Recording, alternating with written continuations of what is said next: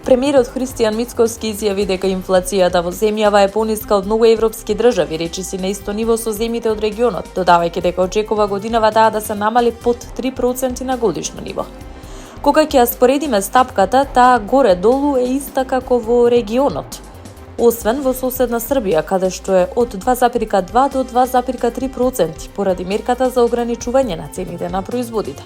Првиот момент кога ќе ја напушат таа мерка, тогаш сето тоа ќе се нивелира и ќе има пик, бидејќи ние тоа го видовме една година пред тие да ја имплементираат мерката.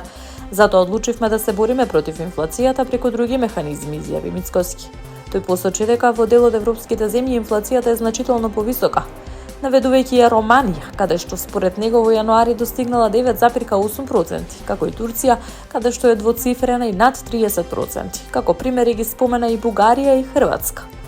Оваа година очекуваме инфлацијата на годишно ниво кај нас да биде под 3%, односно во рамките на она што го проектираме, рече премиерот.